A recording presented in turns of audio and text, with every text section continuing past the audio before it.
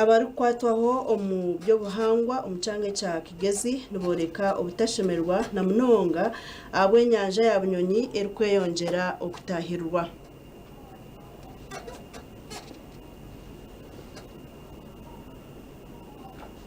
Enyanja ejeri kushanga omuri Kabare hamwe na district ya Rwanda negambwa kuba neshishwa bineho za business hamwe n'aba barikunagamu ebitabonire ebigambirwa omu rukiiko rw'abakiri kukwataho orubire rutebeekanisibwa aba Self Help Africa ahari White Horse Inn omuri Kabare. Milton Kwesiga orikwebembera okucondoza omu project egi nayoreka ngu obuzima okushisha enyanja ya Bunyonyi kweyongiire kandi ni kibi. Sori yari abantu aba hotels bakusiri bajaki nibagishisha abamwe akuba nibadampinga wesi omunyiki omumizi omungezi noshanga nka hotel etine facilities za waste management so obubi bwona nebu directing nkahe omungezi kandi yongezi nimwe turi kwihamizi gabantu kunywa nimwe turi kwihamizi gari kusupplying Kabale so reality is tell you pipes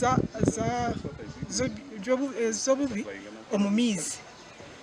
Then kwija twagambo na bamwe abo twashanjiro ka ba managers okugira ngo ecyo kintu kubarabe bataki rwanisize nitwija kukingezo hotels. Naftime Jizor project manager how Self Help Africa nayoreka ngo kuganira hamwe kw'abantu abacuru kwatwaho nikiza kubahwera munonga okurondo kubaramareho ubuzubobu.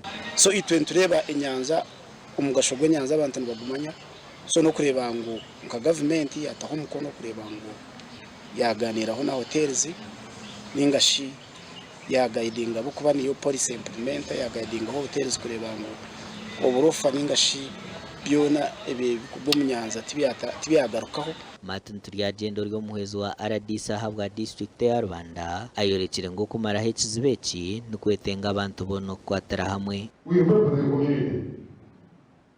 invite the press. Of course, the press will shy away because they will be compromised somewhere. They will be compromised. But this is the community can say, as you tell it, there is more. Echina andashaba, andada mtego police, hoteli yaza daktari kana aharojwe nyanja, babanze building plan kugira ngo tubanze tuzeyo turebe muri kimwe cyorareza gushaka kugira ngo tubitange bitakakoribwe aho batubitangaga ebyashishije nyanja yitu.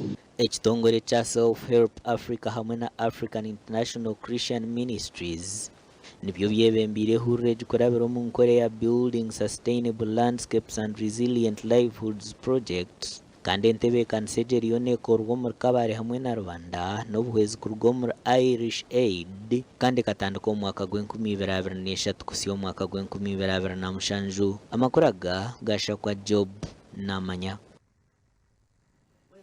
Job Namanya Kristo